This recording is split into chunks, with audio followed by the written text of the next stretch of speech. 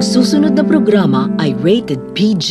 Ito ay nangangailangan ng patnubay at gabay ng magulang para sa mga batang manonood.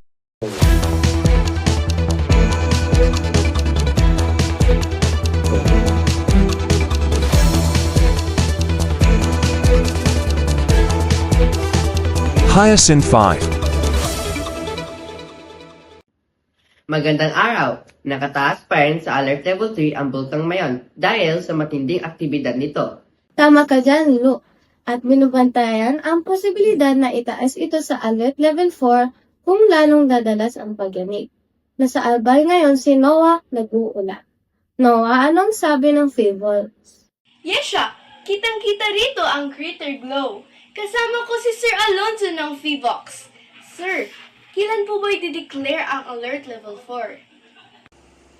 Kapag nakita nating biglang dumami ang volcanic earthquakes at tumaas ang buga ng sulfur dioxide, senyalis na yan, paakyat na ang magma para sumabog. Doon nating itataas ang level 4 para sa mandatory evacuation.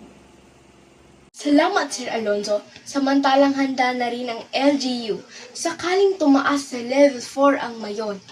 Kasalukuyang tinutukoy ng mga tao ang preemptive evacuations. Para maiwasan ng siksikan, hintay na lang natin ang go signal ng Fevox. Dito naman sa Barangay Mabinit ay kalmado pero alerto ang mga residente. Tanawin natin ang isa sa kanila. Sir Austin, kung sakaling magpalikas, handa ka na ba? Opo, ma'am, naka-impake ang go bags namin. Hintayin lang namin ang abiso ni Kapitan. Basta sinabing lumikas, susunod po kami agad para sa kaligtasan ng pamilya. Yan ang mahalaga, kooperasyon ng bawat isa. Balik sa inyo, Luke and Yesha! Salamat, Noah! Mabuti at handang makipagtulungan ang mga residente. Muli, Alert Level 3 pa rin sa Mayon. Maging handa at huwag magpanik. Ito ang Hyacinth 5, News Patrol Pilipinas. Magandang araw sa inyong lahat.